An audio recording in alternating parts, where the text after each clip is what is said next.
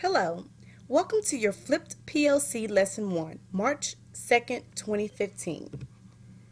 Our agenda for today includes TRS mini units, failure documentation, credit recovery, PLC structure updates, and we will do a data wall walk/reflection. The TRS mini unit is a Region 10 resource provided to us for the Texas Resource System. If you will follow these directions by going to www.region10.org, click the Online Learning Center, then the Resources tab and select Curriculum and Assessments. Then you will click on View Resources next to the TRS mini units. Log into Region 10, so this is where the login that was created last week will become very helpful. And here is your enrollment course code. Please feel free to stop as necessary so that you can follow these steps. You go to the Online Learner Center, Resources, Curriculum and Assessment. Then under TRS Mini Units, you'll say View this resource, and I'm already logged in. We will go ahead and take a look at math, let's say 7th grade. And second semester, that's where we are.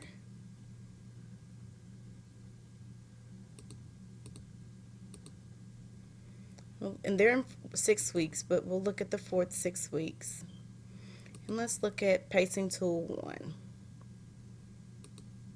So it'll have you download it.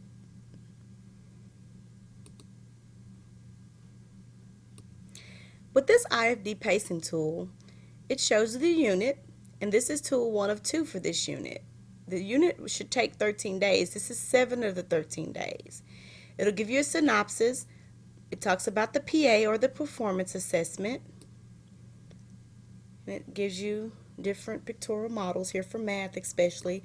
Then you have your content essays of what students should know. And then here is gap considerations from the tag document, and this is math specific, the tag document. Then we have process essays, what students do, and then the unit understanding and guiding questions, so you have some guiding question samples.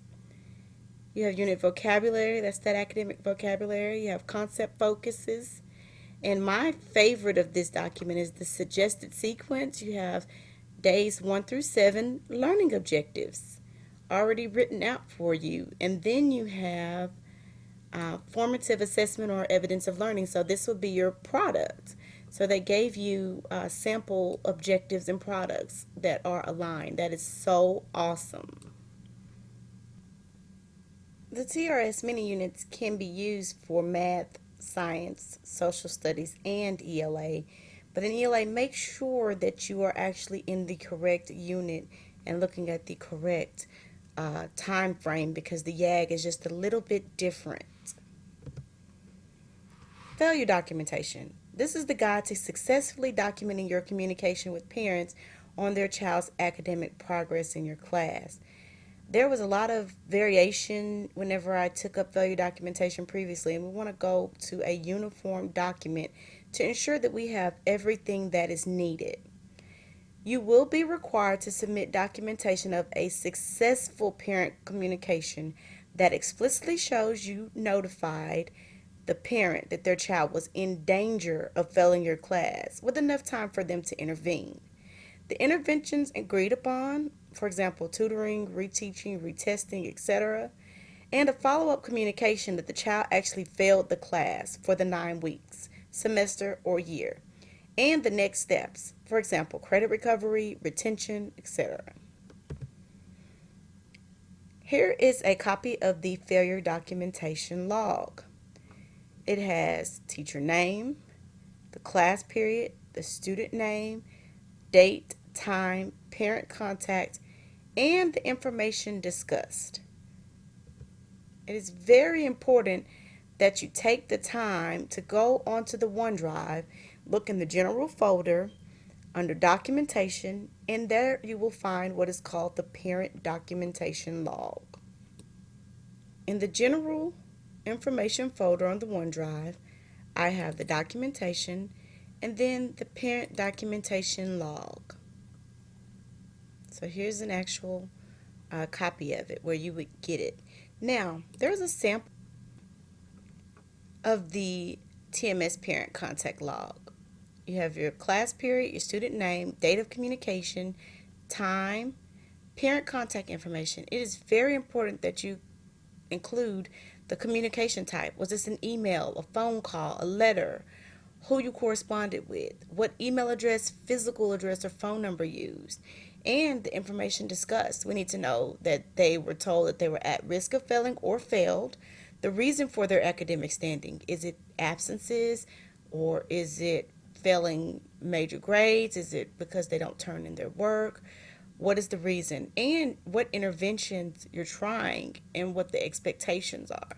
So here's a sample. I did one for 8th period, Tina Thomas, 2:15, and talked to mom about 12:15. Talked to her mother, Miss Tammy Thomas. That's the phone number. Tina's at risk of failing my class for the 9 weeks because she has failed 2 tests and failed to turn in a project. We discussed the grading policy as well as the need for her to come to tutoring to get a reteach before getting assessed again. Advised mom of my tutoring days and time. Mom committed that Tina would be there.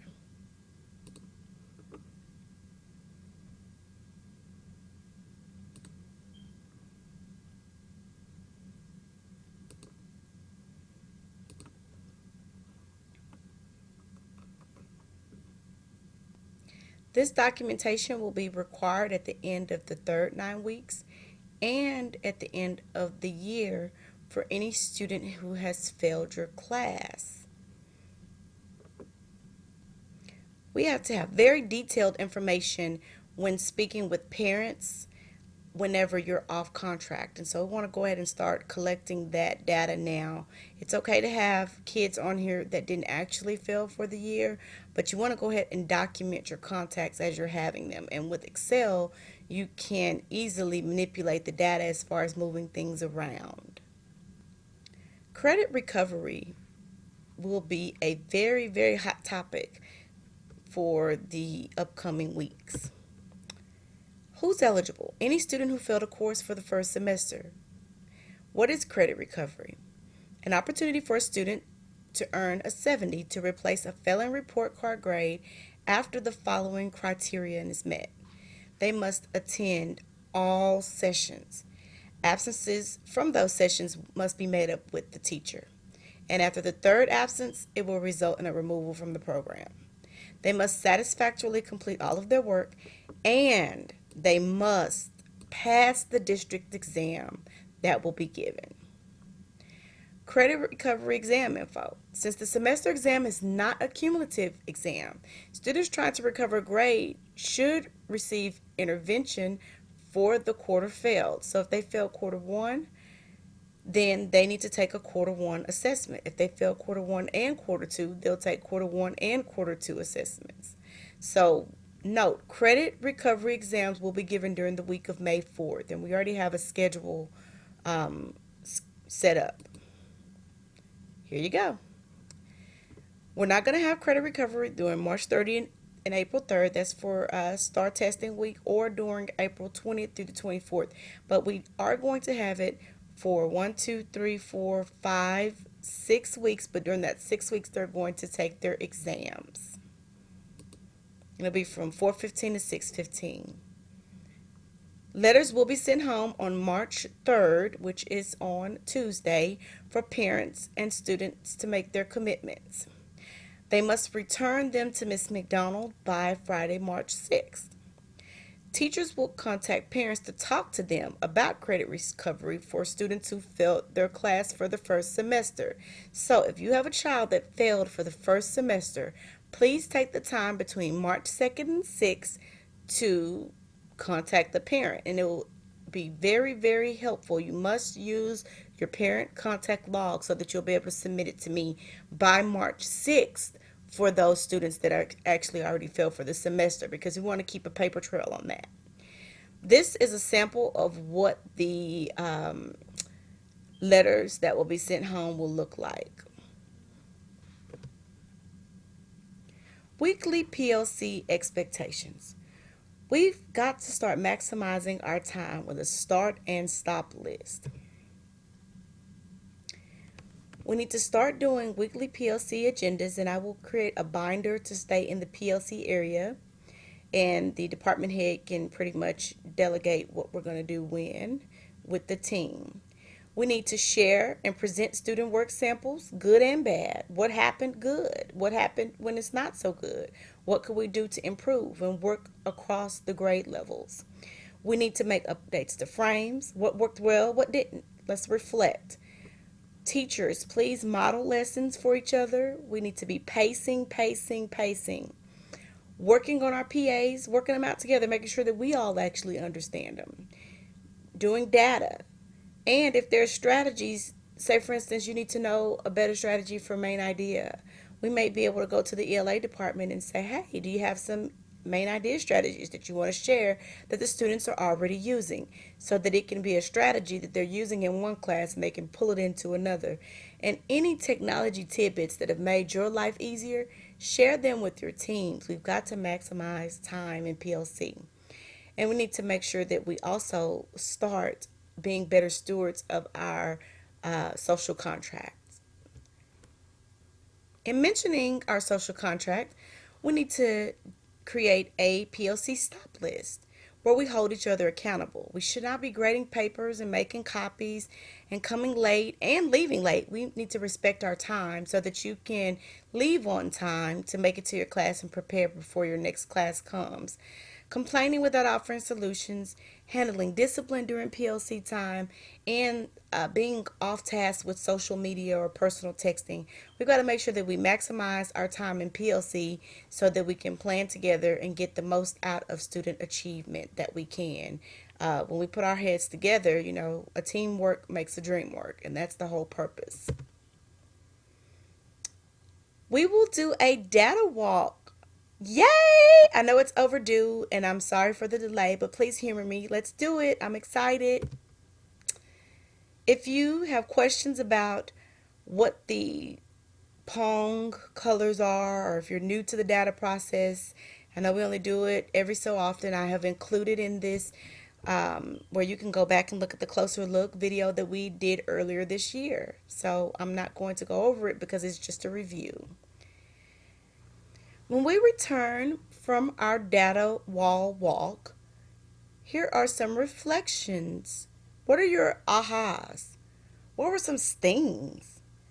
Who are your target kids? And have you done something different to reach those kids?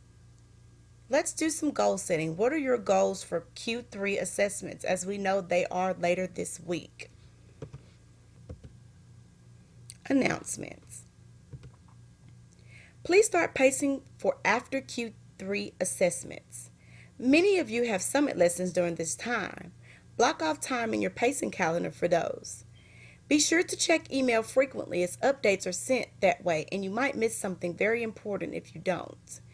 Be sure that you are putting the individual student data tracking sheets in front of students before the Q3 exam, so that would be Monday or Tuesday, to make a prediction on how they would score and remind them of their target expectations. Remember your pacing calendar that shows all of the SEs and when they are and will be covered due to the snow days, and you want to include Friday as well, prior to the STAR, and that is due on Wednesday by 5 p.m.